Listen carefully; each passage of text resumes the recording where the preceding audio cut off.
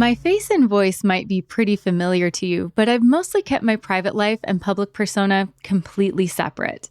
Today on CityCast Boise, I'm breaking my own rules. Our executive producer, Frankie Barnhill, is here to celebrate my birthday month by asking your questions about me, including why clowning was maybe the career I was most suited to and how I handle my online trolls.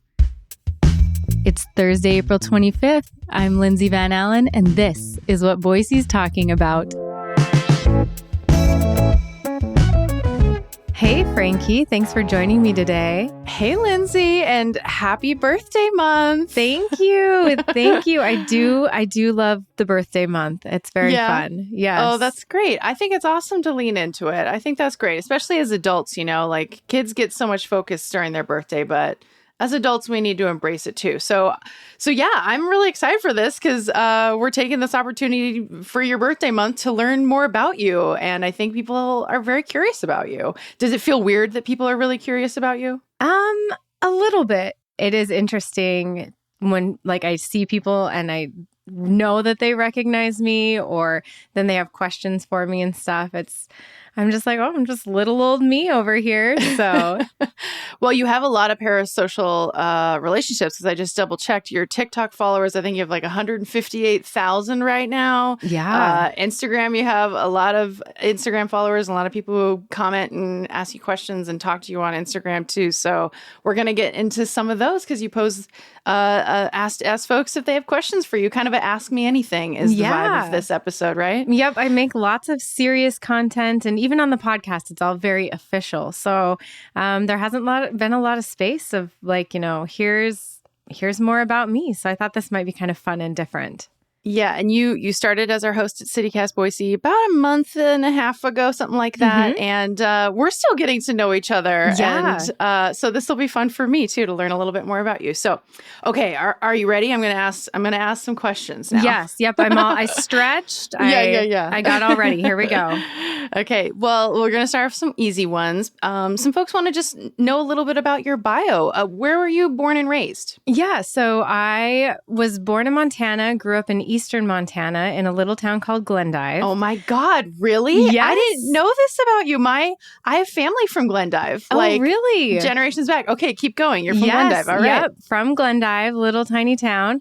Yeah. And then when I was in my early teens or almost a teenager, my family moved to Rigby, Idaho, another little town. In Eastern Idaho. Eastern Idaho, yeah. So you went Eastern Montana to Eastern Idaho. Got it. Yep. And so grew up there, graduated from Rigby High School, and kind of bopped around Eastern Idaho a little bit. Went to BYU, Idaho. Okay. That's where I met my husband. And we got married, had 3 kids, kind of bopped around a little bit more, going to school, starting careers, things like that. And about a decade ago, moved to Boise, which is that was the plan. That was the goal. That's where we wanted to end up. And so now we're here. Can I ask you about you were Mormon for a good chunk of when did you leave the church? I'm just curious if you don't mind me asking. Yeah. No, it's I started it's kind of termed a faith crisis for people who might not be aware. Just really questioning, having a lot of issues with my religious upbringing and religious beliefs when I was 26 or so. And then really considered myself completely out of Mormonism by the time I was 27, 28. Okay. And of course, where you were growing up, Eastern Idaho, there's lots of folks in the church. Some folks who've left the church too and stay there and then move around. You live in Meridian, right? Yes. So you're in the Treasure Valley. You work in Boise and you follow Boise politics and stories, obviously super closely, but you actually live in Meridian. What does Meridian have that Boise doesn't? Because usually we think that Meridian doesn't have things that Boise has. And there's this, certainly Boiseans, we're very, very proud and believe that we have the best city in the Treasure Valley. But do you want to make a case for Meridian? Yes. Okay. Well, first of all, it was more cost effective for sure. So, my husband and I, when we moved here, were both nurses. And so I guess I found out nurses make a lot less than people think. And so Meridian was way more cost effective. I would argue, I know this is going to be a controversial take. I do think Meridian has better parks. Ooh, than a lot of parts shots of Boise. Fired. Yeah, okay. I think there are some really high quality parks here. And my family has enjoyed them. I've enjoyed them.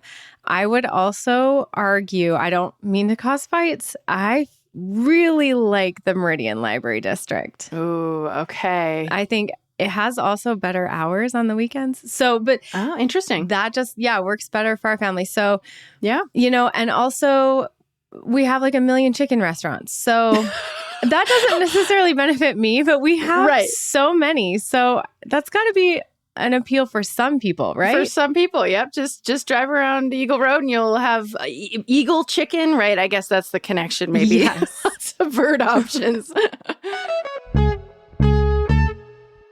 Do you have a favorite birthday? Like a favorite year that you turned or a favorite experience on your birthday? Oh, I've had some pretty good birthdays. My 8-year-old birthday was a clown birthday. Ooh, scary. No, it was maybe good. I was a weird kid, but I really liked clowns. I think for a little bit I wanted to be a clown. And now I make jokes, so maybe There that you was go, related. yeah. But my mom would like paint our faces and like I had this clown birthday cake and it was like circus themed. Really loved that. You just like scaring yourself at 8 years old. Look in the mirror and you're like, sweet, another year. Here we go. Woo!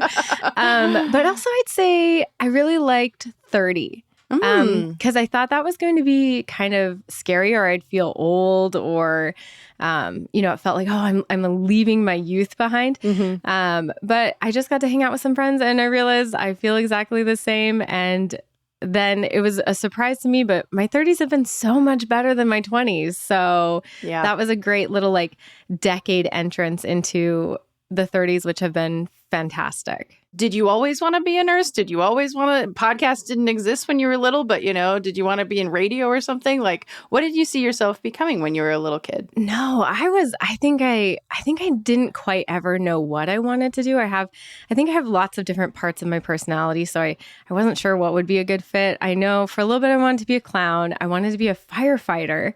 I was actually a political science major the first time I went to college, and I really thought I wanted to get into international law or international relations. That was really, really interesting to me.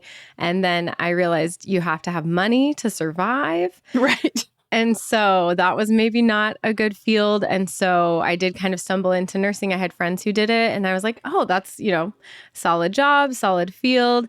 And then I started doing TikToks and realized, I guess in my 30s, this passion I had for telling stories and talking to people in the community and finding out what's going on in the community, advocating for people. And so, I just it wasn't what I had planned, but it feels like such a perfect fit. I really love it so much. Okay, we did. You gathered some questions from folks, I think, on Instagram, and there's some heavier ones here, and I'm really interested to hear what you have to say about these. How do you keep your calm and humor through these times? Especially, you get a lot of personal attacks. A lot of people say horrible things about you online all the time, and I would cry. I would cry every day. It would be very difficult.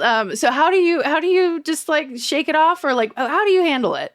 Oh, that can be so tricky. Because I am human too. So there are some days like I'm just like, wow, wow, no, that one really got me. That one really got to me.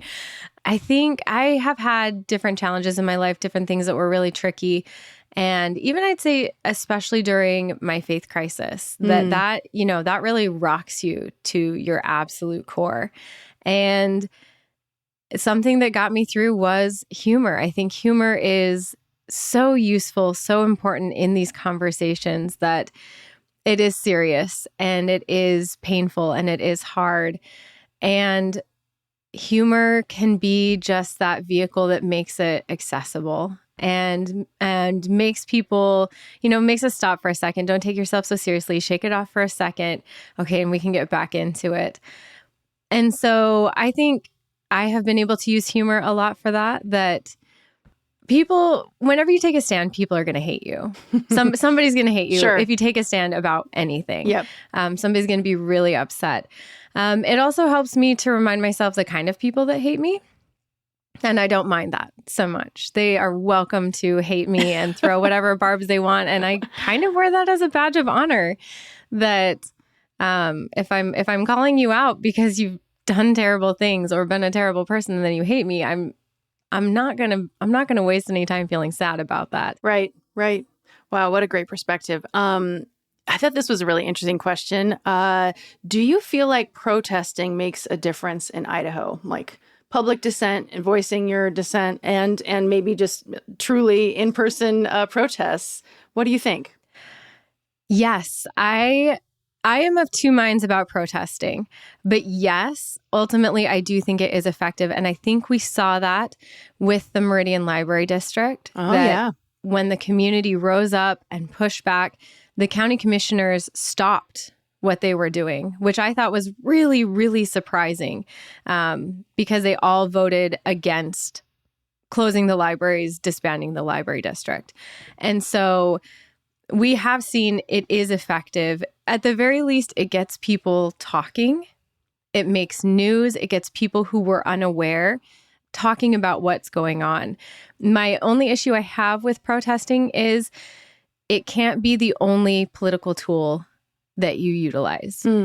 Because it's kind of like when you tell someone you're going to change something in your life and you get that instant like dopamine hit, like I'm gonna for a really toxic example, like, oh, I'm gonna go on a diet, right? Or eat clean or whatever. Sure. Yeah. And then you get that dopamine hit and you haven't done anything yet, right? But you feel really good about it. Mm-hmm. And I think protesting can be a lot the same way, where you go and it feels good to see that there are other people in your community who feel passionately about this, who want to change things, who feel strongly about this. But at the end of the day, you didn't change any legislation. You didn't talk to anyone who's going to change any laws. And nothing actually has changed except for you feel better about being in this space and having been around other people. And that's very powerful. Sure, because it can be community building and all of that. Yeah. Mm-hmm. But it can't be the only thing you do. And so I always worry about that follow-up that, okay, we protested, we all feel amazing, we feel strong, we feel connected, we feel united, we feel ready to like really work to change this. Okay, you have to do other things. We have to, be engaging in other ways too. But yes, I do think it is effective. And I think we have seen ways recently it can be very effective. And I know with the legislature recently ending, it can feel like you're powerless and like it didn't work. Right. Terrible things happened. But it is effective. How about this one? What keeps you in Idaho? There are so many reasons to be to be sad and to be upset and to want to leave Idaho. What keeps you here? I just think, growing up here, I really fell in love with Idaho. And I was quite a different person. I was very conservative. I was raised very conservatively. But I love Idaho. I love the open spaces. I love the people. It's just, it feels like home. Mm-hmm. It has become my home. And you're right. There are a lot of reasons to leave and a lot of reasons people like for their health, mental health, safety, all these things. Absolutely. They're going to want to leave. I guess I don't know if I'm just kind of a cynical optimist, but I feel like we can save Idaho. We can reverse these trends, that it feels like people are waking up and standing up and fighting back. And I still have hope for my home. It can be so much. And I want to stay and help it be as good as it can be. We have some questions from our team now. So okay. I asked Blake Hunter, our Hey Boise newsletter editor, to submit some questions for you. Evelyn Aviti, our producer. Blake wants to know, what's a mental health care day look like for you? And I feel like that's a very good one, especially given everything that happens online, all the things that people say, all the things that people do around your posts and stuff. So what do you do when you need a mental health care? What is that? Do you throw your phone away? Yeah. It drives my husband crazy, but I will just, if I'm not posting and I don't need my phone, I just like abandon it. You're like, good luck getting in touch with me, anybody. Yep, no, ringer is never on. Yeah. It it's gone, yeah. And I'll find it when it's right to find it. But yeah, so like a lot of times I'll just like if it's been too much, it's just been a lot, I will just leave my phone on the nightstand. Not going to check it that day. Doesn't matter. Don't want to know. And then I always like to really prioritize being outside. Great That- idea. Yes. Huge for me.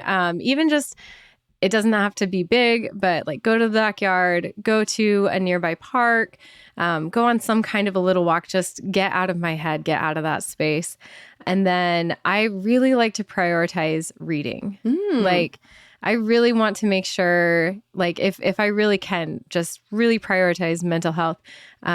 Reading just really kind of resets me and gives me a chance to kind of disconnect from everything that's going on and kind of reset. I just feel like in such a better mood after reading. And then, of course, have like some kind of delicious snack. That sounds great. Yeah. Nature, books, and snack, the perfect trifecta for a mental health day.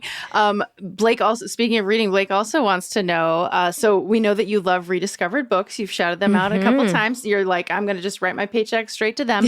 What's the most recent book you bought there? Or what have you been thinking about buying?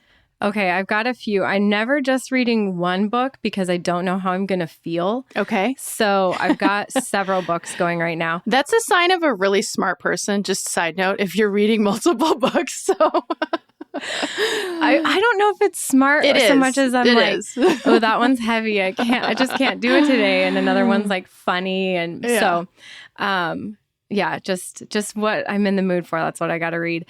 So I'm reading How to Say Babylon, which has been Is this a novel? amazing. What is this? What is this? It is kind of like a biography. It's a lot like Educated, but it's about a woman who grew up in Rastafari in Jamaica. Okay. Like leaving the faith, leaving the culture. Okay. Oh, interesting. And it has been phenomenal. I actually felt embarrassed how little I realized I knew about Jamaica and Rastafarianism. And so that was phenomenal. Absolutely. I'm almost done with it. Highly recommend it to everyone. I just recently picked up Iron Widow. Is this a fiction or is this nonfiction as well? Oh, okay. Yes. Okay. I'm kind of in my fantasy era. Okay. So Love it. Yep. It's absolutely loving it. And then also in the same note, I'm reading The Black Tongue Thief. What's this one? It is also a fantasy, kind of a like epic adventure. Okay. But it's hilarious. I was not like all of the reviews are like, it's so funny. It's really, which is not really what you get with fantasy. I'm like truly laughing out loud. It is so funny. And the things the character says are so funny. And like there's some like serious things going on, some kind of hectic things, but there's so much humor. It really just makes it such a really interesting read. I guess maybe a little bit like, maybe I see myself a little bit like that with my TikToks. Yeah. There's a lot going on, but there's some humor. Yeah. I kind of love this though, because it's like you're reading like nonfiction and like real life stuff, a memoir or something about a heavy thing that someone went through and came out the other side, it sounds like. And then you also have like pure fantasy novels. I think what a crazy balance. I love it though, because you probably need that escape a bit. So Yes. love that. Okay. Evelyn wants to know if you're only able to eat at one Boise restaurant, and let's make it Boise, not Meridian for this one. Okay. For the rest of your life, what is it? Where are you going? Do I have to pay, or is it like I'm eating there and it's free? You're eating for free, but it's the only place you get. So money is no object, but it's about your palate and where you could eat over and over and over and over and over and over again. I'm going to have to say Goldie's. Wow. Because breakfast food. I love breakfast. I have Okay. never reached a point where I don't want breakfast or can't be convinced I would love breakfast for any meal. Mm-hmm. So I mean, I'd need those nighttime hours because I get hungry at night for dinner. But there's just such a variety with breakfast foods. And so I think if for the rest of my life I can only eat one place, a breakfast place is where I want to be. And it's got to be Goldie's. Yeah. Classic. What's your usual at Goldie's? What do you buy? What do you get? Oh, I don't know that I have a usual, but I love a good scramble or I love a hash. So, any of those options. Yeah. Give me some eggs, give me some potatoes, give me some meat and veggies. It's going to be a good time. Honestly, solid. That's such a solid suggestion, especially, it sounds like you're down for breakfast for dinner, breakfast for lunch. So, okay. What's your favorite grocery store? We got so many options. Where do you go? What's your favorite grocery store around Treasure Valley? Okay. This will probably have to be a two-parter answer. Okay. My favorite, because of money reasons, is Winco. Hell yeah. Like, I love Winco. Thank you, Winco, for all that you do for my family. I like Winco's solid. Like, just, you gotta love Winco. Evelyn, our producer, is listening and she's rolling her eyes because she's like the Winco hater on our team, I think. But I'm with you. Yes, Winco. No, having three kids, having three kids, it's not glamorous. It is not glamorous. It is not glamorous, but it is not bougie in any way. No, my first job was bagging groceries though. So I get back, I'm like, hey, I'm ready. Yeah. Like, here we go. It's a game. It's a game for you. I've got the skill set to do this. But with three kids, I'm like, oh, you cannot beat Winco. Nope. Love Winco.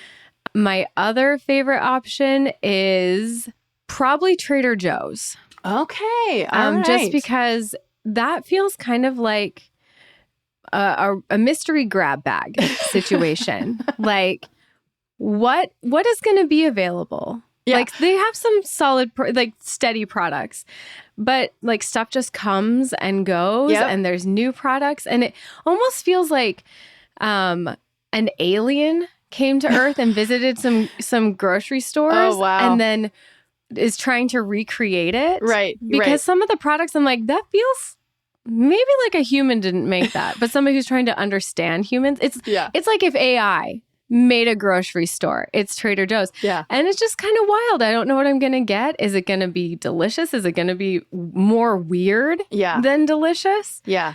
So it feels like a grab bag. I don't know what I'm going to get. And that's sometimes kind of fun. Right. Are you getting a huge stock of Brussels sprouts, or are you getting gummy bears? But the fake Swedish ones or whatever. Is there going to be like a cluster of like, here's our, peanut butter cups, crackers, chips, and like some kind of dried fruit, and we made it into a cluster and we're calling it something. And you got to try it. It's brand new. It's our new product. But that thing that you've been buying for 6 months, we no longer carry. Do you go to the Meridian Trader Joe's or the Boise one? It depends on where I am. Yeah. I probably usually actually the Boise one, because the Meridian one is on Eagle Road. So I avoid that at all costs. I mean, they're both rough. They're hard to get in, hard to get out. It is not, I think it's a stressful shopping experience personally, especially the parking lots alone are stressful, as we know. But I think you're probably right. The Boise one's a little less stressful with not being on Eagle. No, it's true. Now that you say that, it is. I'm like, do I just go to Trader Joe's when I'm like not feeling enough anxiety in my life? And I'm like, oh, do I want to feel really stressed? Looked at your phone recently, so you're so I'm like, I need some of that I need that external stimuli to really stress me out today. Lindsay, this was so much fun. Yeah, thank you. Thank you so much.